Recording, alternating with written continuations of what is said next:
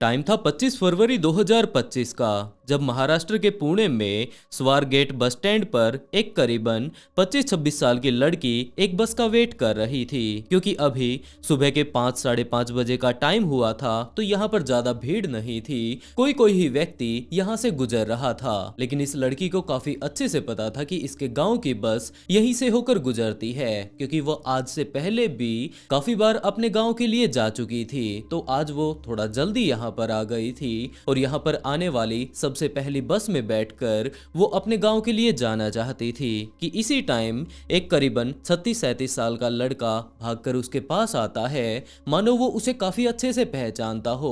उसके पास आकर अच्छे से नमस्ते वगैरह करके वो उससे बातें करने लगता है। दीदी दीदी वो लगातार बार बार उसे बोल रहा था और उस लड़की को भी यही बात लगती है कि जरूर ये बंदा उसके गांव का होगा, जिसे कि वो इस टाइम नहीं पहचान रही है। उसके दिमाग में काफी सारे ख्याल आते हैं कि हो सकता है ये कहीं बाहर रहता होगा और यही कारण है कि वो इसे अच्छे से नहीं पहचान पाई। तो वो लड़की उसी से बात करने लगती है कि हाँ भाई, आप कौन हैं? सच पूछो तो मैंने आपको पहचाना ही नहीं। और उसी टाइम वो लड़का जैसे तैसे कर बात को टालते हुए ये बात पूछने लगता है कि आप जाना कहाँ पर चाहती हैं? तो लड़की ने बताया कि वो तो सतारा के फलटन को जाने वाली बस का इंतजार कर रही है। और उसी टाइम उस लड़के ने कहा कि क्या आपको नहीं पता, वो बस यहाँ से जाया करती थी, लेकिन इस टाइम उसका रूट थोड़ा बदल चुका है। आप यहाँ पर खड़ी होकर उसका वेट कर रही हैं और दूसरी तरफ वो बस खड़ी हुई है। तो वहां से जब वो बस स्टैंड से वो बस चलती है तो वो पूरे तरीके से भर जाती है, क्योंकि सुबह सुबह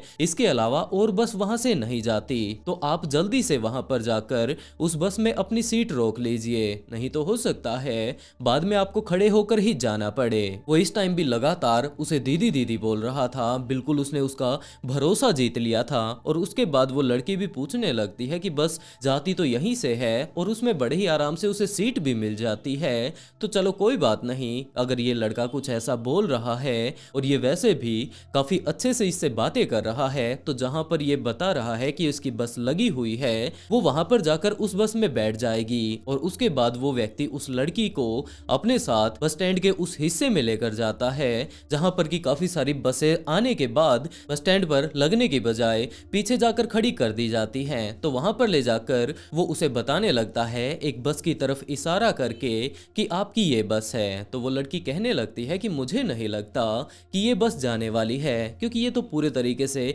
इस टाइम बंद हो चुकी है, इसके अंदर की लाइट तक नहीं जल रही है और इसके अंदर तो कोई भी बैठा ही नहीं है। तो उस व्यक्ति ने उस लड़की को बताना शुरू किया कि ये जो बस है ये यहीं से स्टार्ट नहीं हो रही है, जबकि ये पीछे से आई है और जितनी भी इस टाइम इसकी सवारी हैं वो सारी की सारी सो रही हैं। ये लंबे रूट की बस है, जल्दी से ये आपको आपकी डेस्टिनेशन तक पहुंचा देगी और इस टाइम जितने भी इसके पैसेंजर हैं वो अंदर ही सो रहे हैं। अगर आपको मेरी बात पर विश्वास नहीं है तो आप अंदर जाकर चेक कर सकती हैं, भला मुझे झूठ बोलने में क्या मिल जाएगा। तो लड़की को भी यही बात लगती है कि ये बंदा बिल्कुल सही बोल रहा है। वो जैसे ही उस बस के अंदर घुसती है तो वो एक एसी बस थी जिसके की अंदर 2 खिड़कियां लगी हुई थी। सबसे पहली खिड़की खोलकर वो ड्राइवर वाली साइड पहुंच जाती है जहां पर कि इस टाइम ड्राइवर नहीं बैठा था। और उसके बाद पिछली तरफ की जहां पर की सारी सवारियों के बैठने की जगह होती है, उस तरफ का स्लाइडर डोर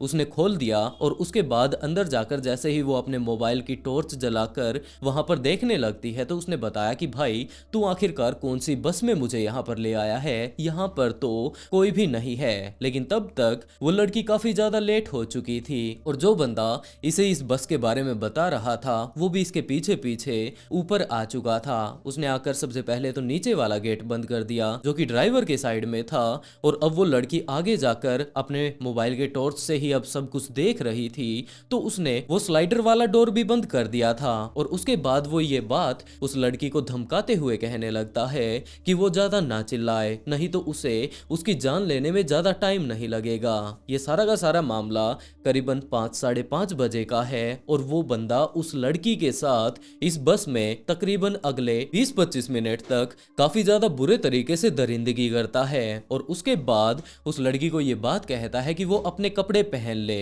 वो वहां से जाने लगता है, लेकिन दूसरी तरफ जब वो वहां से जस्ट निकल ही रहा था कि इसी टाइम उसने उस लड़की की तरफ मुड़कर देखा और उसे धमकाते हुए ये बात कही कि अगर वो बाहर जाकर किसी को कुछ भी बताएगी तो वो उसे जान से मार डालेगा। इसी तरीके से धमकाकर वो नीचे उतरकर चला जाता है। अब वो लड़की बहुत ज्यादा घबरा चुकी थी क्योंकि यहाँ पर उसके अलावा कोई भी नहीं था। हाँ, एक दो लोग इस टाइम बाहर मौजूद थे। अब थोड़ा थोड़ा अंधेरा भी दूर होने लगा था, लेकिन जैसे ही वो लड़की बस से नीचे उतरती है, अपने आप को जैसे तैसे संभालते हुए तो वो उसी जगह पर जा पहुंचती है जहां पर कि उसकी बस मिला करती थी। वो अब लगातार अपनी एक दोस्त के पास भी कॉल कर रही थी क्योंकि उसे कुछ भी समझ नहीं आ रहा था कि अब वो करे तो क्या करे। वो बहुत ज्यादा घबरा चुकी थी। वो उस बस में बैठ भी जाती है जो कि उसके गांव के लिए जा रही थी, और दूसरी तरफ उसकी सहेली ने उसका कॉल भी उठा लिया था। उसकी सहेली पूछने लगती है कि हाँ भाई, तुझे क्या हुआ? तो उस लड़की ने अपनी पूरी ही कहानी उस लड़की को बतानी शुरू की। उसने सारी ही चीजें अपने दोस्त को बता दी और उसकी दोस्त ने ये बात कही कि वो तुरंत बस को यहीं पर रुकवा ले। तुरंत वो नीचे उतरे और यहाँ के जो सबसे पास में जो पुलिस स्टेशन है वहां पर जाकर वो सारी की सारी बातें बताए कि उसके साथ क्या कुछ हुआ है। वो लड़की इस टाइम बहुत ज्यादा घबराई हुई थी, लेकिन दूसरी तरफ उसकी दोस्त ने उसे समझाना शुरू किया कि आज ये तेरे साथ हुआ है और अगर तू अपनी आवाज नहीं उठाएगी तो हो सकता है कल को ये किसी और के साथ हो जाए। वो अपनी दोस्त को काफी अच्छे से समझाती है और उसके बाद वो उस बस से उतर जाती है। वो वहां के सबसे पास के एक पुलिस स्टेशन द्वारा गेट पुलिस स्टेशन में जा पहुंचती है और वहां पर मौजूद पुलिस ऑफिसर्स को सारी ही बातें डिटेल से बताने लगती है। लेकिन इस केस की जो सबसे अच्छी बात रही वो ये थी कि इन पुलिस वालों ने इस लड़की के केस को काफी ज्यादा सीरियस ले लिया और उसके बाद उस लड़के के बारे में तहकीकात करनी शुरू कर दी जाती है कि कौन वो बंदा था। इस लड़की से भी पूछा जाता है कि क्या आप इसे, अगर आपके सामने वो दोबारा से आ जाए तो क्या आप उसे पहचान पाएंगी? और वो लड़की भी हाँ भर देती है और पुलिस ऑफिसर्स जितना जल्दी इस केस के ऊपर अपनी इन्वेस्टिगेशन शुरू कर सकते थे वो लोग शुरू कर देते हैं। और इसी इन्वेस्टिगेशन के दौरान यहाँ पर लगे हुए एक सीसीटीवी कैमरे में उस लड़के को देखा भी जा सकता था, लेकिन आसपास में घूमने वाले लोगों ने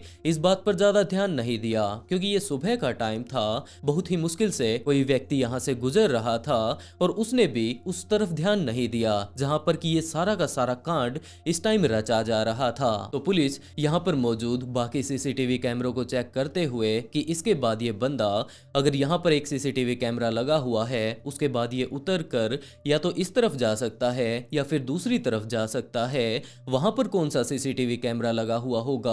और इसी तरीके से और इस व्यक्ति का पीछा करते करते पुलिस वालों को एक ऐसी वीडियो मिल जाती है जिसमें कि उसका चेहरा कैप्चर हो चुका था और उसकी उस वीडियो को लेकर वो लोग यहाँ पर इस बस स्टैंड पर मौजूद काफी सारे लोगों से पूछताछ करने लगते हैं कि क्या आप इस व्यक्ति को पहचानते हैं, क्योंकि उस लड़की ने ये बात बताई थी कि जब वो व्यक्ति उसे मिला था तो उसका ये कहना था कि वो करीबन पिछले 10 साल से यहाँ पर इसी बस स्टैंड पर काम कर रहा है और उसे पता है कि कब कौन सी बस का टाइम टेबल कब कब बदलता रहता है। और इन्हीं सारी बातों को बोलकर वो उस लड़की को अपने साथ लेकर गया था और शायद यही कारण था कि वो लड़की भी उसकी बातों में आ जाती है। और जैसे ही काफी सारे लोगों को उसका फोटो दिखाया जाता है तो एक दो व्यक्ति उसे पहचान भी जाते हैं कि हाँ जनाब, हम लोग इसे काफी अच्छे से जानते हैं, इसका नाम दत्तात्रेय रामदास गाड़े है। पुलिस जल्द से जल्द उसके ओरिजिनल फोटो का इंतजाम करती है और इस केस के ऊपर जैसे जैसे वो लोग तहकीकात कर रहे थे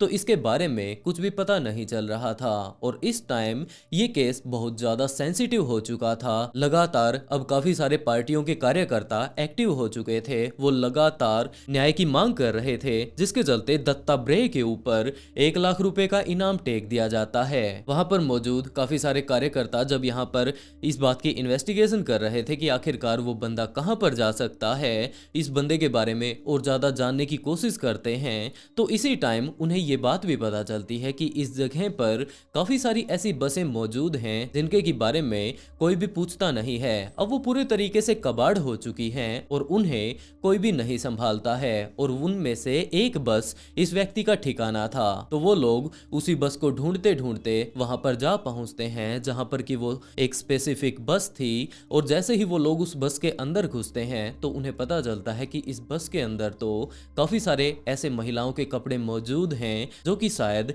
इसकी विक्टिम रही होगी और शायद उन सभी का इसने यहाँ पर शिकार किया होगा। और इसके अलावा यहाँ पर काफी सारे प्रोटेक्शन के खाली पैकेट भी पड़े थे। थे। तो अब जैसे जैसे पुलिस को उस व्यक्ति के बारे में और ज्यादा बातें पता चलती हैं तो वो लोग उसका पुराना रिकॉर्ड भी निकालने लगते हैं और इसी इन्वेस्टिगेशन के दौरान ये बात भी पता चलती है कि इसके ऊपर कुल 6 मुकदमे चल रहे हैं। इसने काफी बार चोरियां की हैं, चैन स्नैचिंग की हैं, रॉबरी में भी इसका हाथ पाया गया है और 2019 में ये लगातार पिछले काफी दिनों से जेल में था।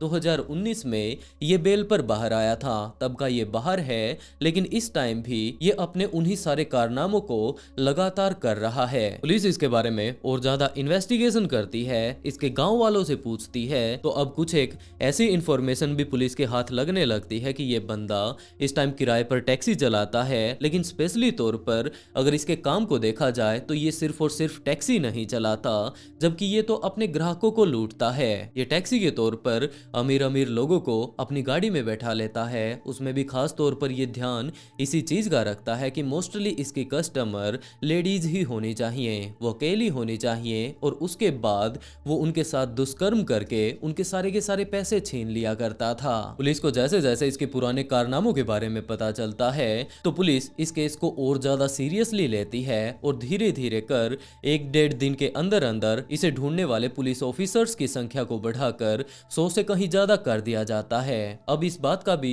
पुलिस को पता चल चुका था कि ये बंदा इस टाइम अपने गांव के आसपास ही देखा गया है, तो जरूर ये वहीं पर मौजूद होगा। तो पुलिस इसके गांव ही जा पहुंचती है। वहां पर जाकर पुलिस वाले गन्ने के खेतों में इसे ढूंढना शुरू कर देते हैं, जहां पर कि आखिरी टाइम में इसे देखा गया था, क्योंकि जिस तरीके का कांड ये करके आया था, इसके इन सारे ही कांडों के बारे में गांव वालों को पता चलता है और ये बात पता चलती है कि इसके ऊपर तो 1 लाख रुपए का इनाम रख दिया गया है। तो जैसे ही गांव वालों ने उसे अपने गांव में देखा तो पुलिस को इन्फॉर्म कर दिया और पुलिस ऑफिसर्स इसके गांव जा पहुंचते हैं। इस टाइम ये गन्ने के खेतों में छिपा हुआ था, तो पुलिस ने काफी सारे ड्रोन की मदद से इसे ढूंढने की कोशिश की, लेकिन ज्यादा दिनों तक नहीं, क्योंकि 27 तारीख की रात को इसे हद से ज्यादा प्यास लग चुकी थी, भूख लग चुकी थी। गन्ने के खेतों में ये पिछले लगातार 2 दिनों से घूम रहा था, इसे हद से ज्यादा भूख लग चुकी थी, तो वो गांव के ही एक घर में रात को जा पहुंचता है। वहां पर जाकर उसने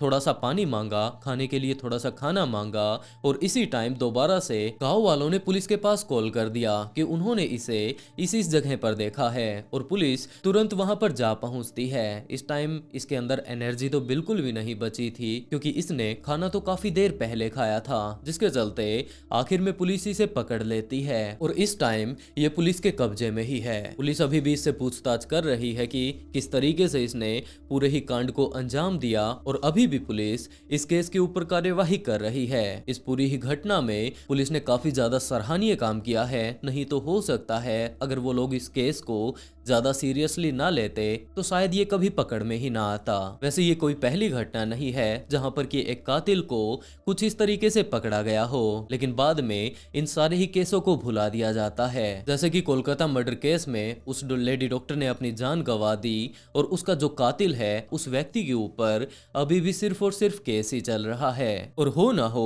टाइम के साथ साथ इस केस को भी भुला दिया जाएगा। तो ऐसे आरोपियों को पकड़ लेने के बाद तुरंत अगर इनके ऊपर कार्यवाही हो जाती है तो बात अलग है, नहीं तो ये केस यूं ही बंद हो जाते हैं। वैसे दोस्तों, मैं इस तरीके की कहानी सुनाकर आप लोगों को विचलित तो नहीं करना चाहता, लेकिन सावधान जरूर करना चाहता हूं कि अगर आप लोग कहीं पर भी अकेले जाते हैं तो किसी भी ऐसे इंसान के ऊपर आंख बंद करके भरोसा ना करें जिसे कि आप जानते ही ना हो, और जब भी कहीं बाहर जाएं तो अपना ध्यान खुद ही रखें। वैसे दोस्तों, आज के लिए बस इतना ही। आशा तो यही करते हैं कि जल्द से जल्द उस लड़की को न्याय मिल जाएगा। और इसी के साथ दोस्तों, आज का शाउट आउट हाउ टू जोस को।